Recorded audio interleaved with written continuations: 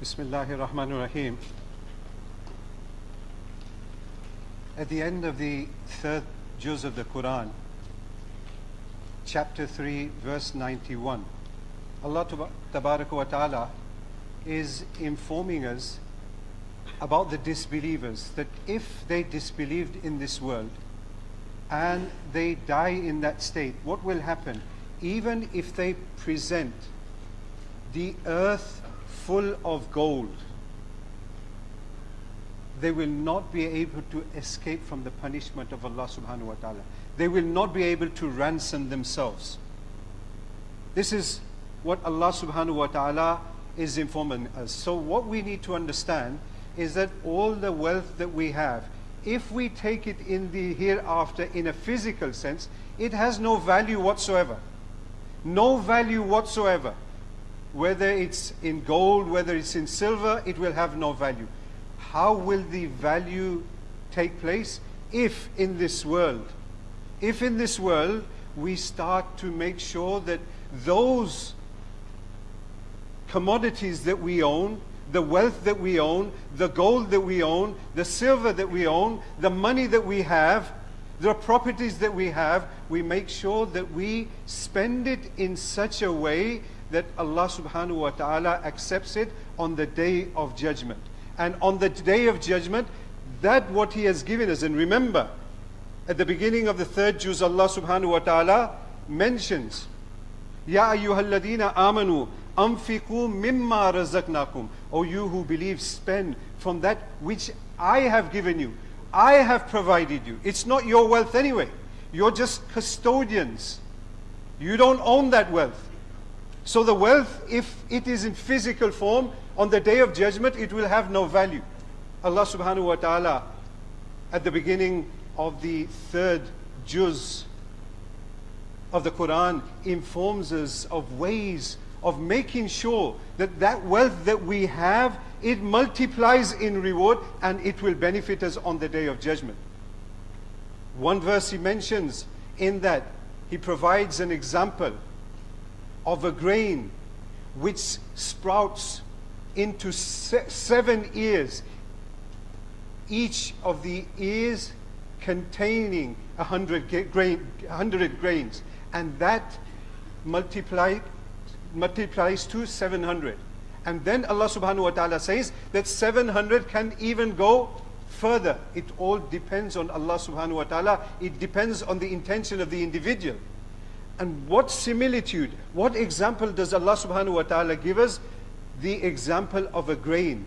What is that? That is to do with farming. A farmer will make sure that he makes a lot of effort, that that grain reaches its maximum potential. The weather has to be appropriate. There has to be sufficient amount of rain, not too much rain. There mustn't be a drought. That will make sure that there will be no harvest, no produce. So a lot of effort goes into it.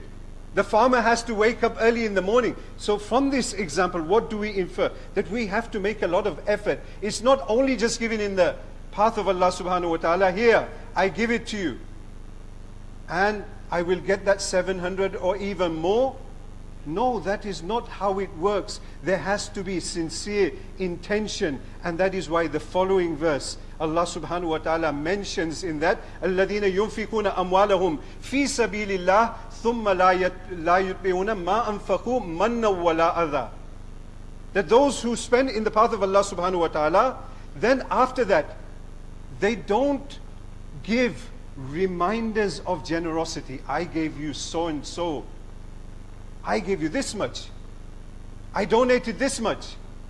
I helped the people of Gaza. I helped the people of Syria. I helped the people of Bangladesh. You were in need. I gave you that. So reminders of generosity, Allah subhanahu wa ta'ala says that that is a condition. That is a condition for the wealth to be rewardable on the day of judgment. And not only that, wala adhan, nor hurting the feelings of the poor people, the recipients, shaming them, naming them, members of your family, if they are in need, you give it to them and you say to them, oh well, I helped you, Look at the clothes that you're wearing. That's because I gave you money last year. I sent you this. I brought you this. I purchased this for you. Allah subhanahu wa ta'ala says there has got to be no reminders of generosity and no hurting the feelings of the poor people. Then Allah says, Lahum ajruhum inda rabbihim, for them will be their reward with their Lord, wala khawfun alayhim wala hum yahzadun. They will have no fear and they will not grieve. What does that mean? That means they will get Jannah, because there will be no fear where? Only in Jannah. People will not grieve only in Jannah. So people who give in the path of Allah subhanahu wa ta'ala, there are many conditions attached to that. We must not hurt the feelings of people. After that, Allah subhanahu wa ta'ala says, قَوْلٌ مَعْرُوفٌ وَمَغْفِرَةٌ خَيْرٌ مِّن صَدَقَةٍ يَتْبَعُهَا أَذًى. A kind word.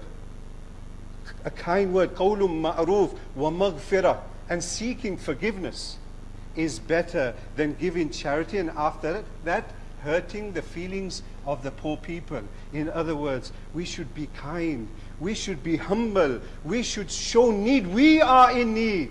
Ya ayyuhan nasu antumul fuqara'u ilallah.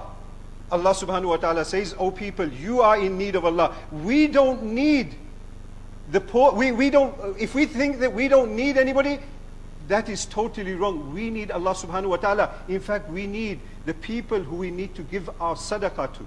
Without them, how will we get the reward?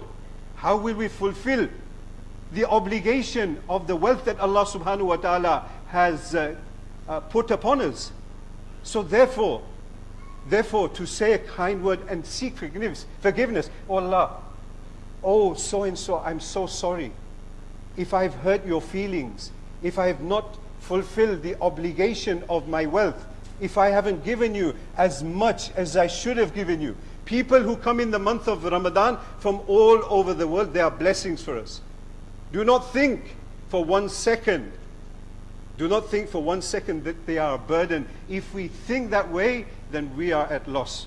We are at loss. Allah subhanahu wa ta'ala is testing us. Never ever look down upon them. Never ever think evil of them, that they are coming every single year. Why do they need to come? It's not your responsibility. Their risk, their sustenance for their madaris, for the projects that they are undertaking, that is written by Allah subhanahu wa ta'ala. Whether they're coming from China, whether they come from America, whether they come from Asia, wherever they come, we should be seeking forgiveness from them. We are giving you £100. We have the ability to give you £200. Please forgive us. Inshallah, next time we will give you more. And that is when we will have just fulfilled a little right of what Allah subhanahu wa ta'ala has given us. May Allah subhanahu wa ta'ala accept all our charities. May Allah subhanahu wa ta'ala enable us to give into the path of Allah subhanahu wa ta'ala and make it a means of our success in this world and the world of the hereafter. And may Allah subhanahu wa ta'ala give us barakah in our wealth. Wa akhiru da'wana anil hamdulillahi rabbil alameen.